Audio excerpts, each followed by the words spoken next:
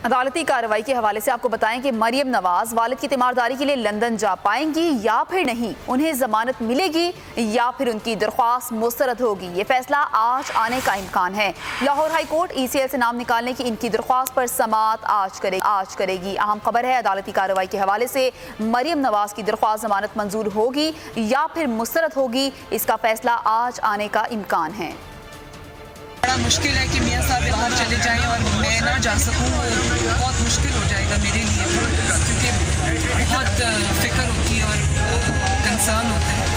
Maryam Nawaz London वालिद की तीमारदारी के लिए जा पाएंगी या नहीं, उन्हें जमानत मिलेगी या दरख्वास्त मुस्तरद होगी, फैसला आज होने का इम्कान।